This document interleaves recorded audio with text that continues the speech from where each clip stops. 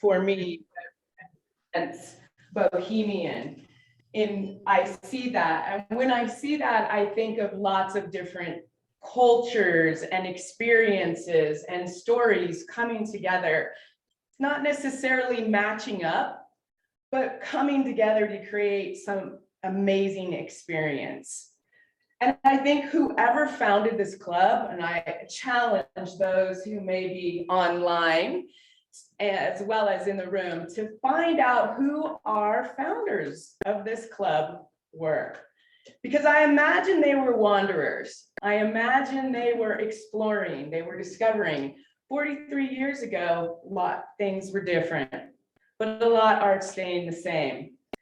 So today I would like you to be thinking about all your senses when you speak to us during table topics and with your speeches and evaluations. Think about your sight, your sound, your smell. Try to imagine we've got some lovely food here that you can smell and taste. How can you explore? I want to welcome our guest today, Abdullah. Abdullah, thank you. Will you tell us a little bit about yourself? Yeah, for sure. Maybe you must hear me clearly because of my accent. So you have to speak up so Yeah. that people online can hear you. Yeah. I speak Chinese, Yeah. Chinese? English, Chinglish. Yeah. I'm Abdullah. I'm 19 years old. Yeah. Where are you from? Kuwait. Yeah. Okay. You know where is that? Yes, Where? in the Middle East. It's a very small country. Yeah, I have been to the States like 1 year and 3 months now. I studied in CSU, accounting major. It's my first semester now. I took 3 semesters in English program at CSU. And I think that's all. Okay, well, welcome. Welcome. We also have a couple returning guests out there on the online, our lovely former president, Pendel, and his gorgeous wife, Melanie, have joined us today. So welcome. It's wonderful to have you. Thank you. I would like to move on to the thought of the day with our lovely Sherry.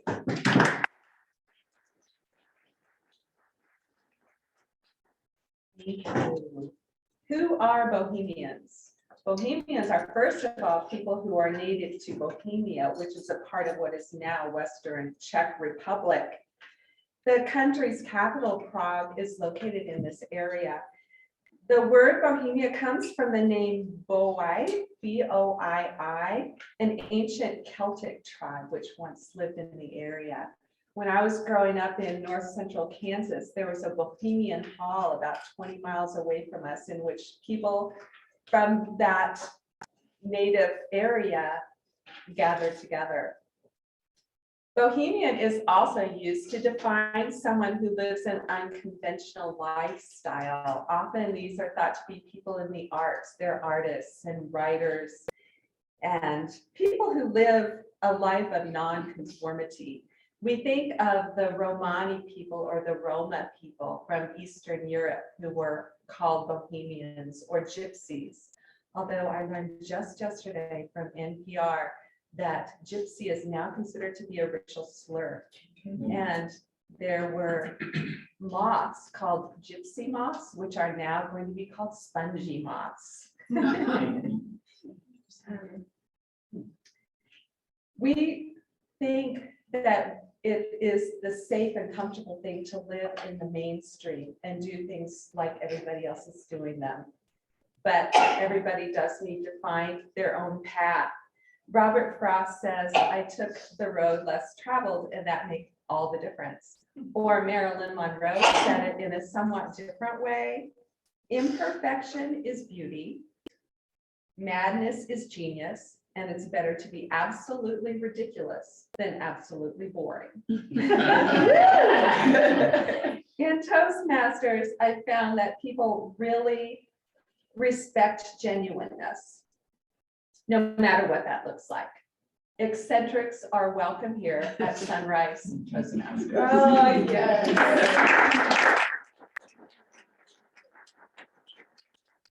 Wonderful, wonderful. That fills my soul right there. Now for the word of the day, I'd like to invite Melissa to tell us a little bit about what the word she's chosen is today. All right, but before I get to the word, I gotta do the dress. All right. Okay, so the word of the day is maverick, fitting with our theme, deviating from commonly accepted beliefs or practices. That's the word is an adjective. As a noun, a maverick means a person who does not conform to generally accepted standards or customs. Maverick. Wonderful. Thank you, Melissa. Melissa's role as grammarian is to watch our language and keep an eye on our so's, likes, and ums, which some of us are famous for. Our first speaker of the day is Sarah, and her evaluator is Diana. Diana, could you tell us a little bit about her objectives and her speech today? Yes, she is using the Connect with Storytelling project. And the purpose is for her to practice using a story within a speech or giving a speech that's a story. And how long does she have? It's 5 to 7 minutes. And Cheryl's your timer today, correct? All right. Sarah's speech is called Life's Lessons from Gertrude Stein. One of the most memorable bohemians of the early 20th century was Gertrude Stein. She was a force de jour in the artistic circles of Paris. In this speech, you will learn something about her life through the lens of lessons learned. Please help me welcome Sarah.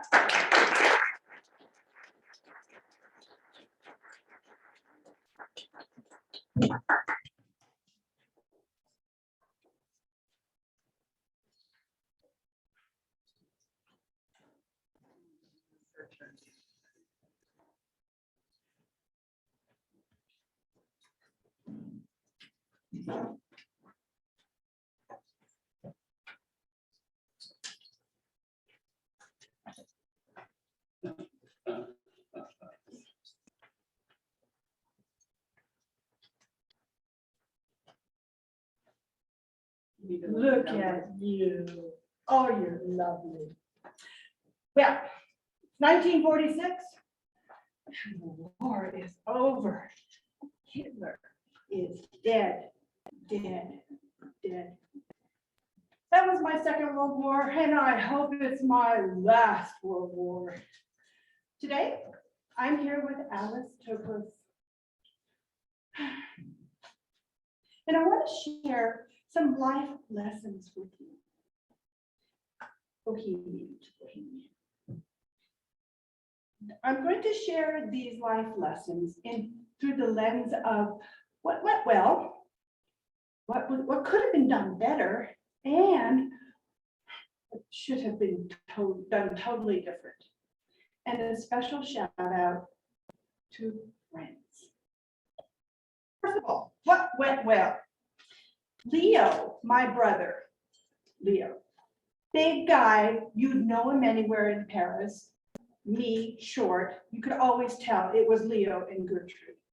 We started these Saturday evening salons, and they lasted over 20 years.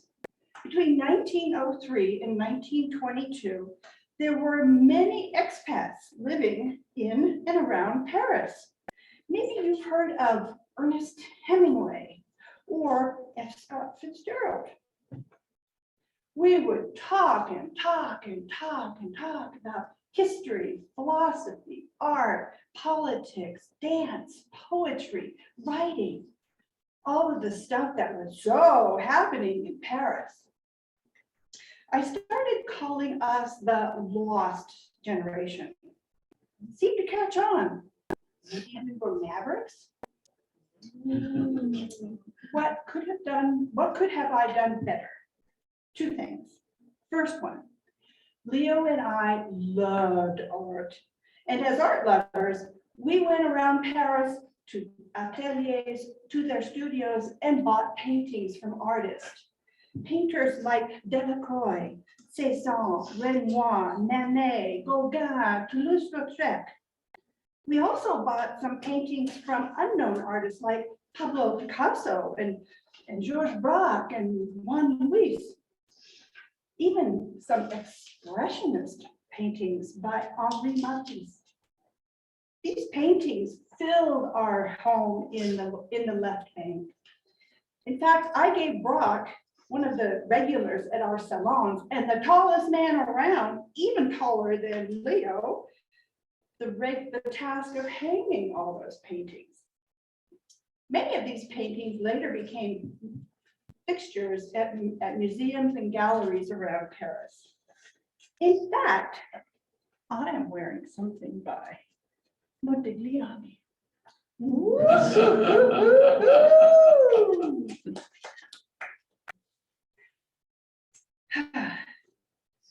My regret is that I didn't seek out more women artists like Georgia O'Keeffe and Hilma af Klint. When I was studying at Johns Hopkins to be a doctor, I was so incensed by the gender gap that I quit school. Maybe if I used my influence, there would be more women artists and less gap. Second one, during World War I, Alice and I volunteered to the American Fund for the French Wounded. This group raised money to help soldiers in France. To volunteer, we had to provide and drive our own supply vehicles. Thing is, neither of us knew how to drive. Nevertheless, we ordered a Ford from the US, and my friend William Carson taught me how to drive. We drove for miles and miles and miles, trying to deliver supplies to French hospitals. The thing is, I never learned how to drive in reverse. If I knew how to do this, then we would have been able to deliver more supplies. That Ford, though, it was tough, but not tough enough for my driving skills. What should I have done differently? Oh, one horrible, horrible thing. I met Alice in 1907. Soon after, she moved in with us, to Leo's chagrin. I'm putting that mildly. Leo hated that I made my lesbianism public like that. I know I'm not everyone's cat's pajamas, but Leo had the gall to call my Alice, my wifey, an abominable vampire. Well, I exploded. I shouldn't have, but I did. And I told Leo to move out. It was pitiful of me. Our parents died when I was 17 and he was 18. We were virtually orphans. We lived together almost 40 years. Eventually, Leo moved out to the States. In 1934, after my novel, The Autobiography of Alice B. Toklas came out, we went on a speaking tour all over the States. I made a stop in Oakland, California, hoping to connect with Leo. He refused, and we still haven't talked. I was dumb. Special recognition to friends. Here's a shout out to friends. There is no life without friends. One of my very best friends was an American composer, Virgil Thompson. We have artistic collaborations, and I've been mentoring him for 12 or 13 years, I think. He produced my play, Four Saints in Three Acts, which was an opera based on the life of Saint Teresa of Avila, and the cast was all Negro. Last year, I sent him a script for Mother of Us All, another opera about Susan B. Anthony and the suffragette movement. I hope we get it on stage soon. Thank you for letting me share some of my life lessons. Let's make a salon next door in the cafe, and we can share, share, share. Thank you.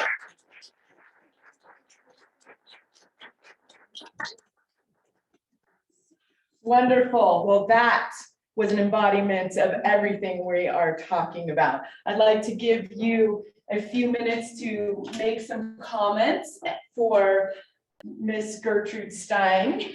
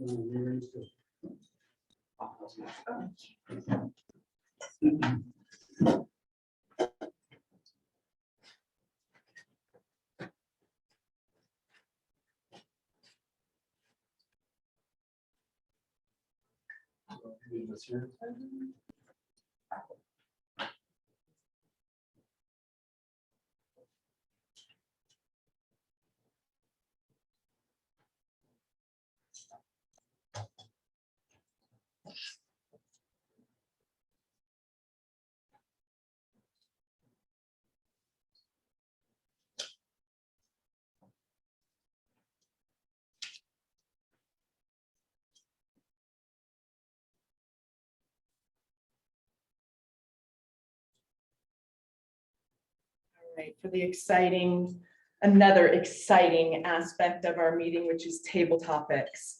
And this is on the spot speaking. I would like to welcome Linda, our table topics master for the day. Hi. Hello, everyone. So Bohemians.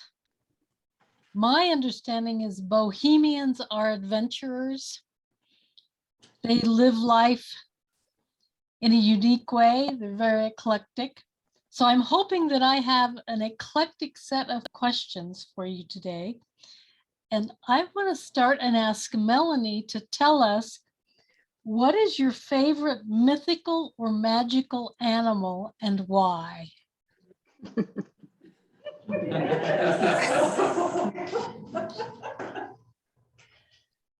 That is a hard choice. However, I think today I'll go with one that I don't believe is mythical originally, however, now is, and that would be a dragon. In my experience, dragons are very much like dogs are now, where they are loyal and kind and loving of their human partner and serve at the pleasure of their human partner, just bigger than dogs.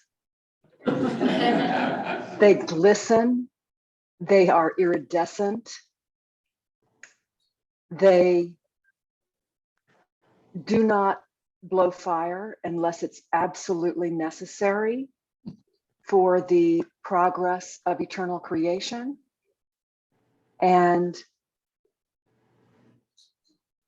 they wish they could still be here with us on this plane of being. Instead, they are with us from another plane of being. But if we listen carefully, we may still be able to hear them. So it is my pleasure to share with you my experience of dragons, and also my pleasure to see all of you. It's lovely.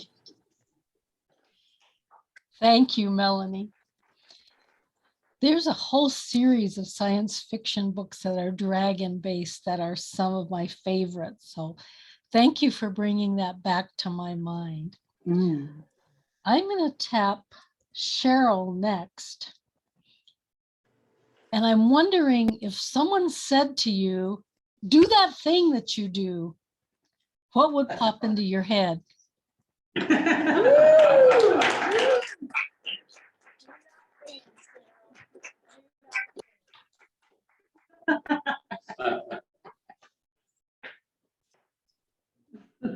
So much to choose from. The thing that popped into my head, I'm not going to do for you this morning. My husband makes fun of me because I try to make this dolphin sound.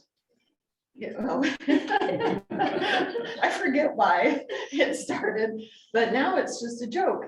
So whenever he says, hey, why don't you make that dolphin sound? I laugh so hard that there's absolutely no way. It's mostly because the dolphin sounds more like a monkey. So I never really got the dolphin sound down. I definitely can't do it this morning. I'm going to work on it though, because I think my grandson would like it. So maybe someday I will do my dolphin sound for you.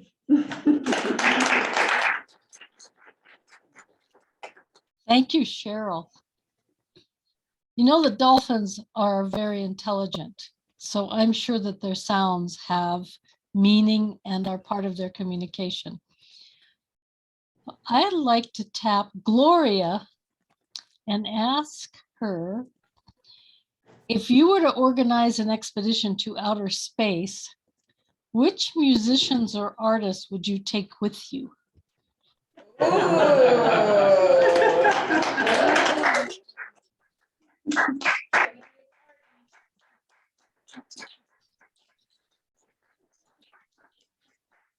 Good morning, fellow Toastmasters. Linda, thank you so much for that question. I absolutely love having adventures.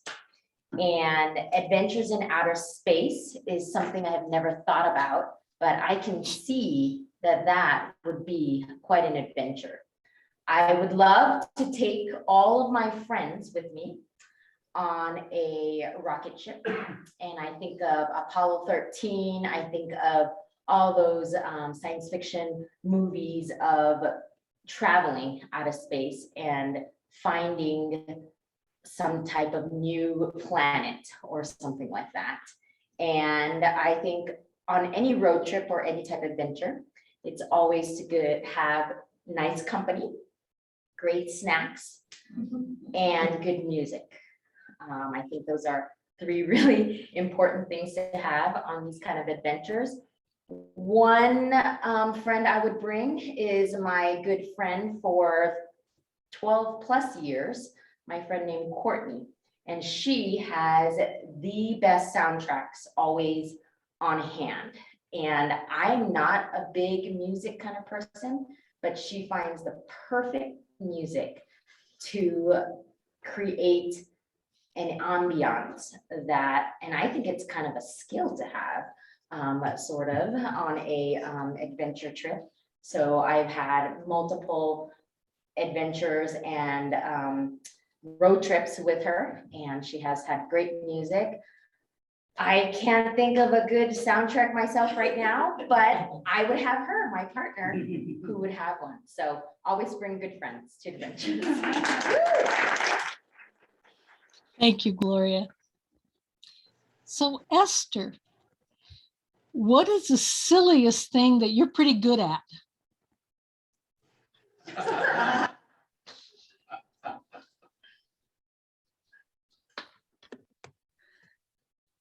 There are so many. I confess I've enjoyed being silly a lot in life. So I think I'll just tell you a few of them and you can judge. I can touch my long nose with my long tongue. There's a talent we all need to know. When I used to wash my car in the driveway, I would get all wet because I'm messy when I do things. I get into it. So my shoes and socks would be soaked. So sometimes I took off my rubber gloves and put them on my feet and made what I called monkey feet on the driveway with my wet gloves. So silliness runs deep in my family. I mean, you know, I have competition from other people, and we enjoy being silly. Halloween's one of my favorite holidays because you can really get into it to the max, right? You can be anything and no one knows who you are. So that's a good one. April Fool's Day, that's another big favorite holiday for me. Dressing up is one way we can always be silly because whether it's Halloween or just wearing a eccentric hat. That allows us to really be silly. And I think being creative and starting out in life with some inhibitions, I mean, you go to school, you're supposed to behave yourself. I've embraced my silliness in life, and I'm looking for new ways right now. So a little bit about silliness there. Thank you. Thank you, Esther. I would never have known that you were silly. I think that is fabulous. We need to get acquainted. Pendel, if you were a movie, what genre would it be? And who would play you? If your life were a movie, what genre would it be and who would play you?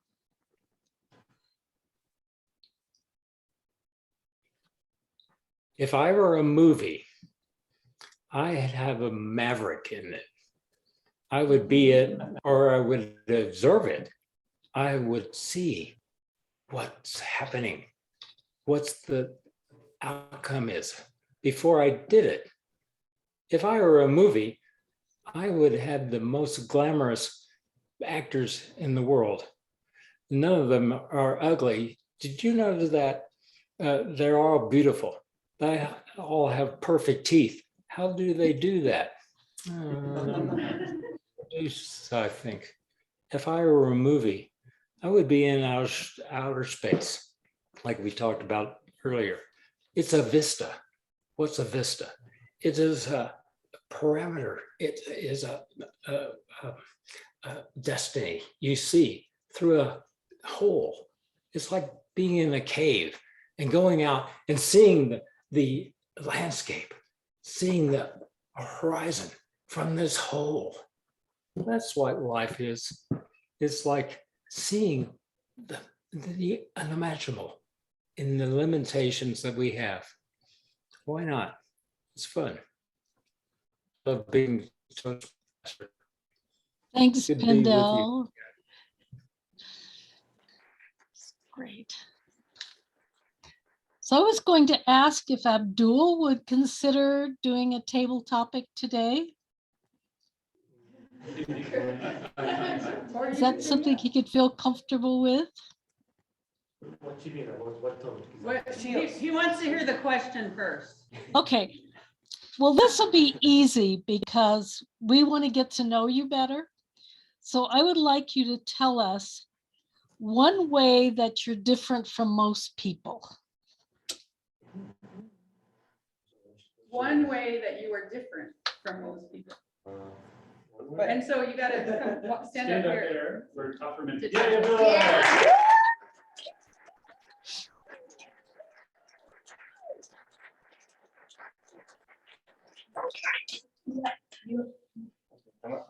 Yep, just talk to us. Maybe one way that I'm different from the people, I can punch 225.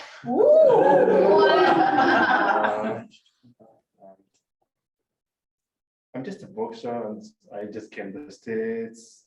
Maybe I'm different from my culture that I know how to speak English like very well from them. And I love coffee because they and the Chris don't love coffee. Yeah, that's all. I'm just a little bit different.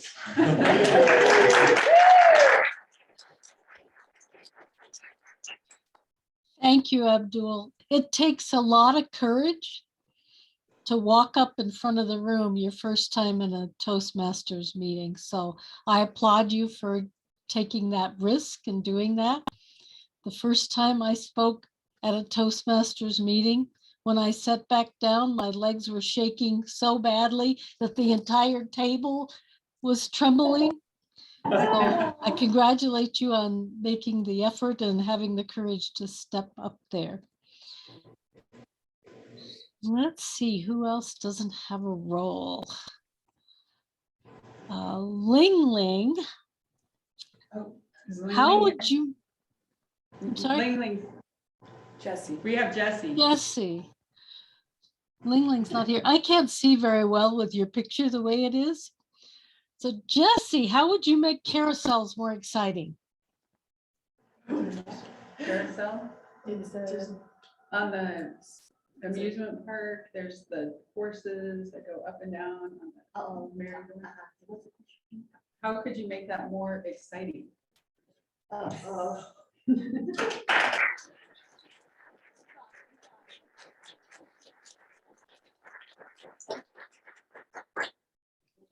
Sure.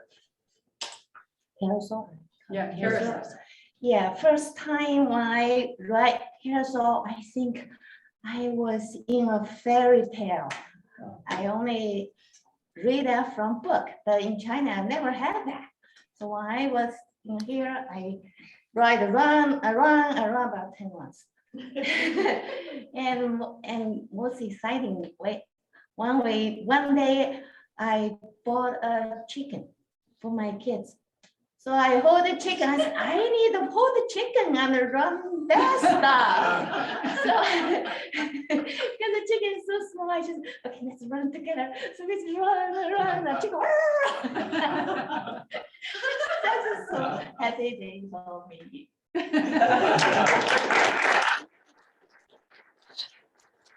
Thank you, Jesse. So I'm looking at the picture. It looks like Justin is there. Is that true? Yeah. So Justin, if you were asked to paint a mural of a cartoon character, what characters would you include?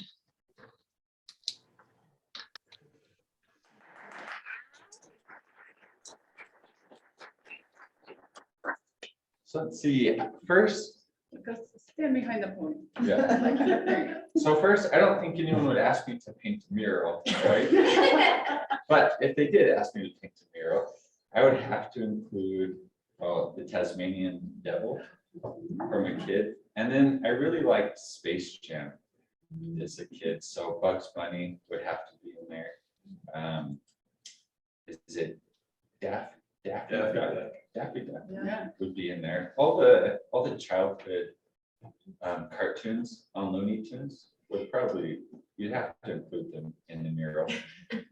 And then obviously, as I'm painting, right, I would take my face and I'd probably put it on like Zeus, right? And I would be in the middle and all of them would be around. That's my mural.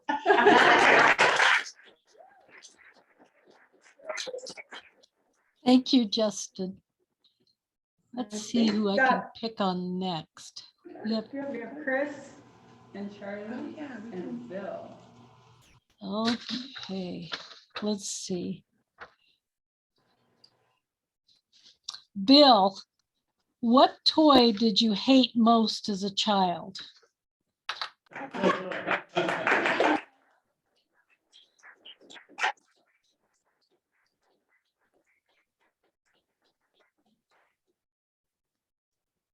Good morning, Toastmasters. Morning. I was a lefty, so any wind-up toy would go backwards.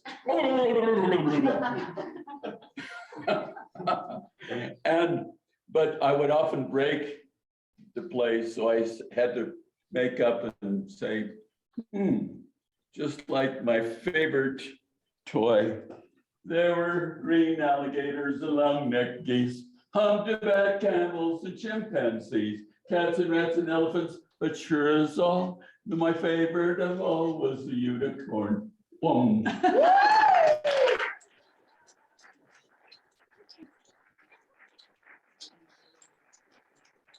Chris Hutchison. Come on up. I know you can answer this question.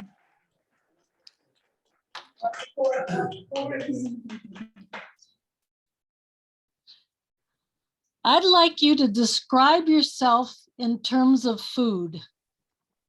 What food would you be? Thank you, Linda. I was once in a room full of parents. Actually, it was in this room. And we were being introduced by our children. And the way that the children were supposed to introduce us was think of a favorite food that we had. and used the first letter, our first name, to introduce us. So we had everyone going around, here's Jill, and she likes Jello, and we had Bill, he likes beans, and we'd run, and my 6-year-old daughter, oldest daughter at the time, she said, "This is my dad, Chris, he likes carbohydrates." So I think carbohydrates is what I would use to describe, and it's ironic because in the last 8 or 9 years, I discovered that I have this kind of arthritis, which is triggered by a certain kind of carbohydrate, starch. So if I eat starch, it tends to cause my body to attack itself, which is not cool. It's uncomfortable, and it can lead to lasting damage. So I kind of go for the sugar side because sugar's okay. So I can do those sweets. And so I don't know exactly how you would introduce Chris with a C, maybe candy. Candy, more candy, chocolate. I guess that's another one. So chocolate and candy are the way that I would describe myself with food. Thank you, Chris. So Charlie, I have to find a good one for you. If the universe were a simulation, what updates or patches would you write? Do I need to repeat that? Yeah. If the world were a simulation or the universe were a simulation, what updates or patches would you write for the universe?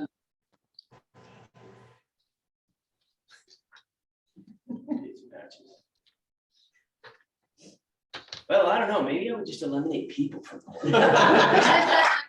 It seemed to cause a lot of problems on this planet and in the, maybe in this entire solar system. And it seems like the universe was doing pretty well before we got here. Now, there were some mass extinctions, and maybe I would eliminate all rotating celestial bodies that after about 2 billion years ago, we needed that, of course, to create the entire solar system. But it would be a lot nicer maybe for the whole planet if the dinosaurs were still here. And I guess that's one way to eliminate it, just eliminate that Chicxulub asteroid or meteor. We would never have mammals take over. We would never have primates take over. They would just be these little animals down in burrows. And it would just be a nice dinosaur land. Madam Toastmaster, is our time about up for table topics? Yes, there's one more. I believe we have Anna left for an option or, yes? Hey, Anna. Okay, so Anna, what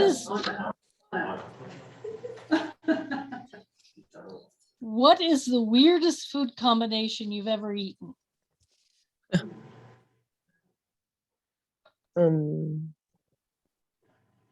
All right. I remember when I was in a fair and there was some food to try and it was some, I don't know how to say that in English. It was some asticots. Do you know what I mean? Okay, I'm looking for the word, sorry.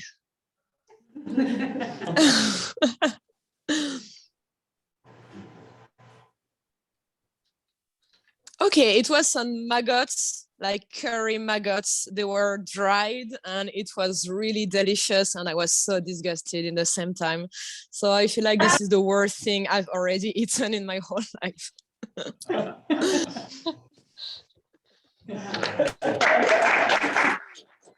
Curry maggots. I don't think anybody could beat that.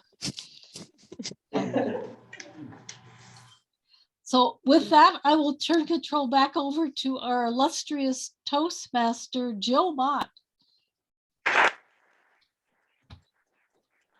you, Linda. That was fantastic. What creativity. I think we're really making it happen today. It's wonderful. We're getting lots of laughs. Now for the third part of our meeting, which is evaluations, I'd like to introduce our president of the club, Tanner Massey, as our general evaluator. Love necklace. Thank you.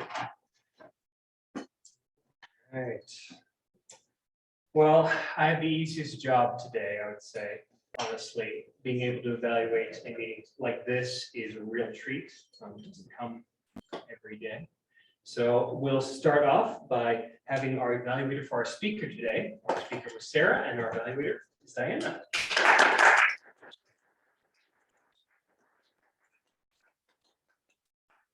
Tanner. Sarah gave us an excellent example of storytelling, and I appreciated how she partnered with Tanner to make sure that she had her setup ready to go and trying to make sure that she was visible to the people online. So nice prep ahead of time. Some of the things I loved is that I feel like you really got into your character. You were really that maverick Gertrude Stein. And I loved your pronunciation of the French artist name. You sounded so good when you were naming all those artists. I really felt like you were telling me your life story. Some of the things I enjoyed also were your body language. Even as you were sitting down, you had the side whisper, and you made such a sad face when you talked about that disconnection from your brother. I loved your conspiratorial laugh when you shared that neither of you knew how to drive. I got a little bit of a laugh when you said that the salons lasted more than 20 years, which I was imagining each one never ending for 20 years, even though I knew that wasn't that. I thought you were going to have 3 lessons learned, and I didn't catch 3. I heard 2. I heard that you should have promoted women artists or doctors more, and that you should have made your brother move out. So those were the 2 that stood out to me. And I wondered if instead of lessons learned, it was more regrets, like regrets from your life. I wondered what impact you wanted to have on us as your audience. I felt like I got to know Gertrude Stein a little bit more, someone that I didn't know a lot about. So that was one impact on me. But you might think, what is the takeaway that you want for us as your audience? When you brought in your lover at the beginning, I wasn't clear who she was and why she was there. And I thought that could have been another opportunity. Later on, when you were referencing her, it made me realize, oh, that was who your woman lover, and this was very unconventional. But I thought maybe you could have included her in the conversation in some way, like talking to her a little bit more. Remember when I don't know if she was the one that was driving with you, but remember when neither of us could drive, right? Something like that maybe could have even added a little more fun. Overall, thanks for giving us a great example of storytelling from a Bohemian maverick. Woo!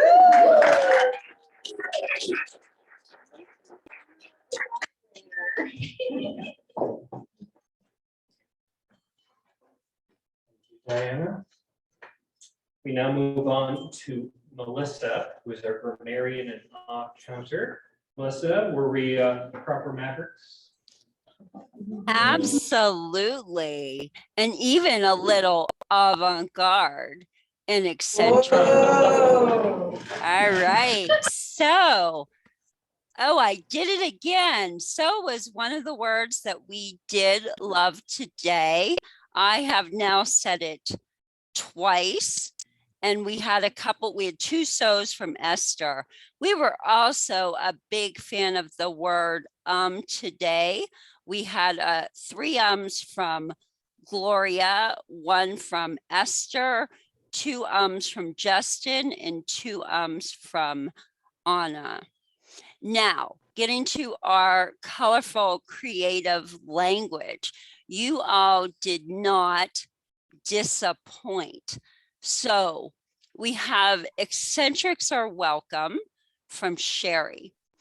Sarah told us that Gertrude Stein was not everyone's favorite Cott's pajamas. What Sarah did throughout her speech was the use of repetition. Dum, dum, dum, share, share, share. And some of our other folks during table talks also used repetition. We had Pendel use If I Were a Movie, which really set the pace for his table talk.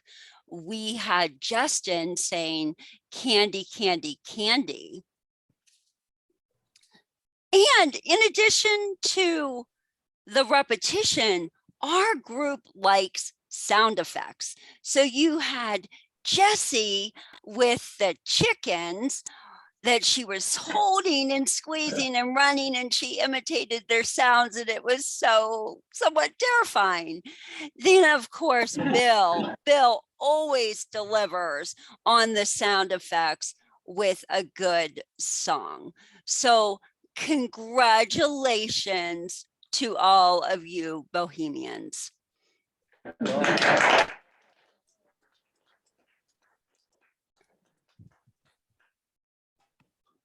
Perfect. Thank you very much, Melissa. So I will give my general evaluation for the meeting today. I have to say that, just to start off, we couldn't do this without you, Jill.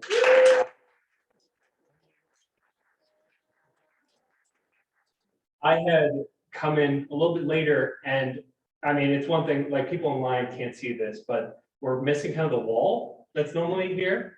And so that was unusual for me. But what kind of brought it together, it's like, oh, wow, okay, it's party time, was just the decorations that we had laid out. And it is absolutely gorgeous. So excellent work there in setting things up. And Cheryl completing the picture with both a savory and a sweet snack. Sarah, I wanted to thank you because oftentimes we do not get a speech that ties so directly with the theme. And so, and what's more is it wasn't just like, oh, here, I'm going to tell you about Bohemians in general, kind of give a historical approach, but you gave us a very unique kind of biographical snapshot of an actual Bohemian, which I think starting our meeting off with, in combination with the decorations, really helped kind of establish the theme and have it permeate the entire meeting. Linda, plenty congratulations are in order for you as well. Yes. Not the least because I think you gave us the textbook example of what it's like, what it is to make it successful table topics. You gave us wonderful prompts that managed to get reactions out of people.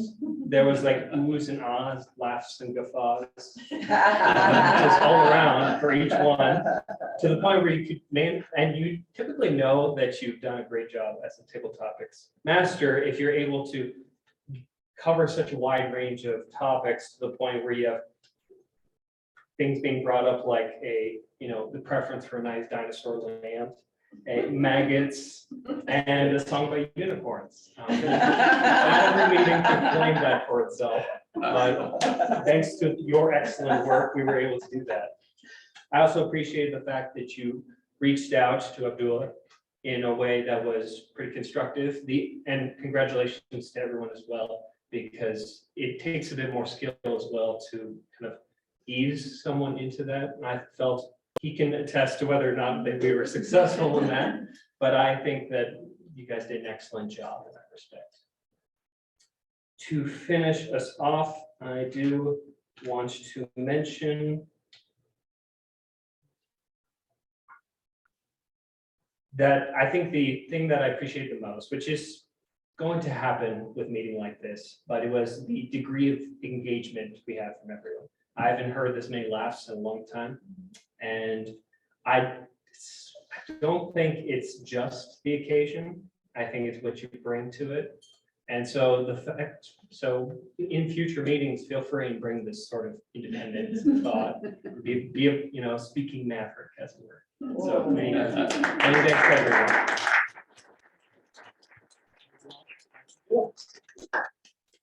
Thank you.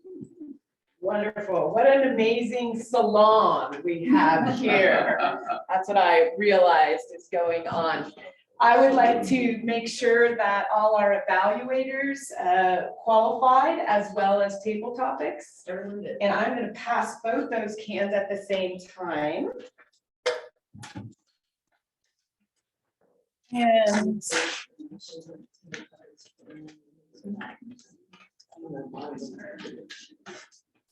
while we're passing the cans around, I would like to invite Abdullah again, if you don't mind, just giving us a little bit about your thoughts, how the meeting went today, what you thought of our special occasion. Yeah, I enjoyed a lot how you like speak in general and like talking about the past and the present, like all this stuff.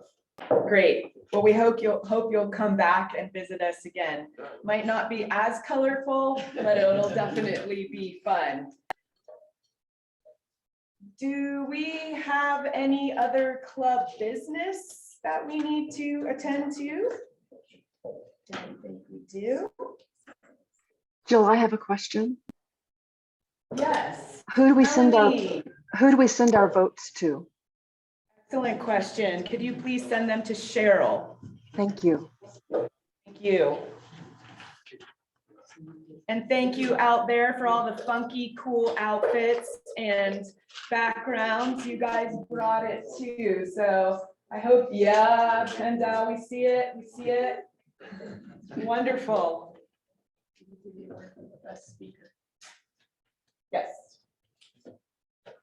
And the best speaker for the day, Ms. Gertrude Stein, AKA Sarah Carr.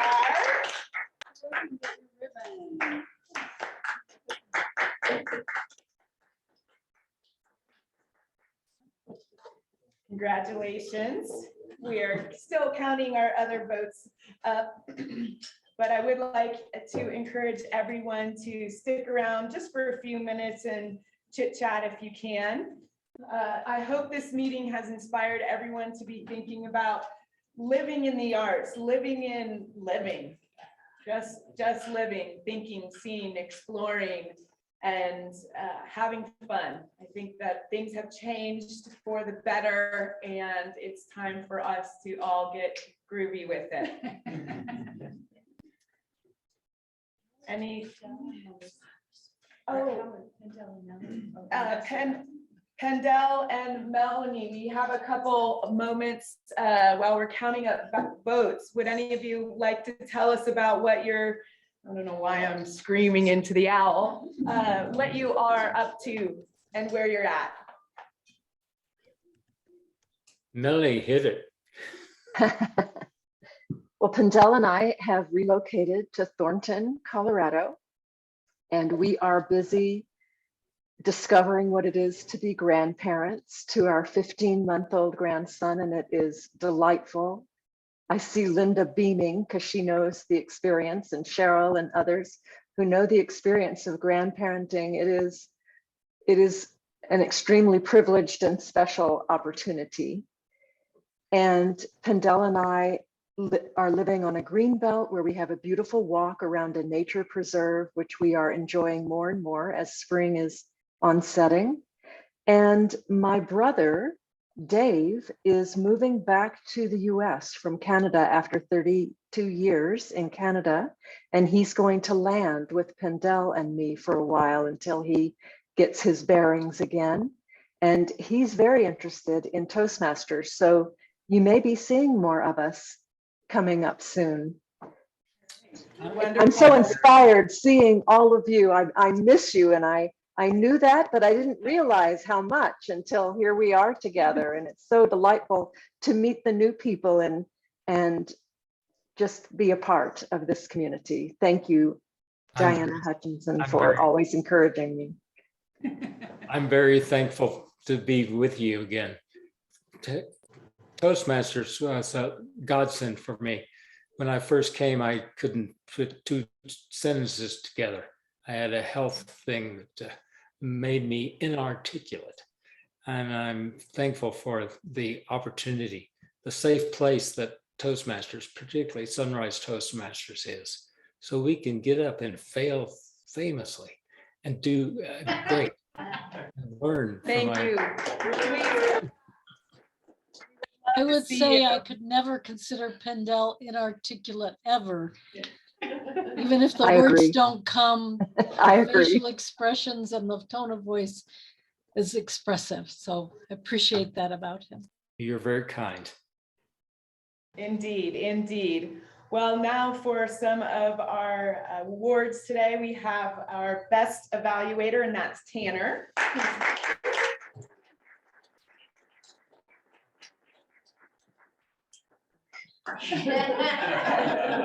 All right. Yeah, I don't need my script anymore. And our best table topics is Bill this morning.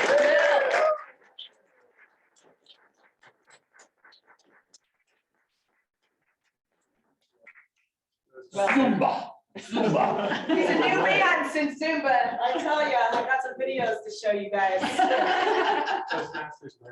It's coming close. Well, I love this tool here. I hate to end the meeting, but I hope you'll stick around for a few minutes. Well done and congratulations, Sunrise 619 for 43 years. Well done.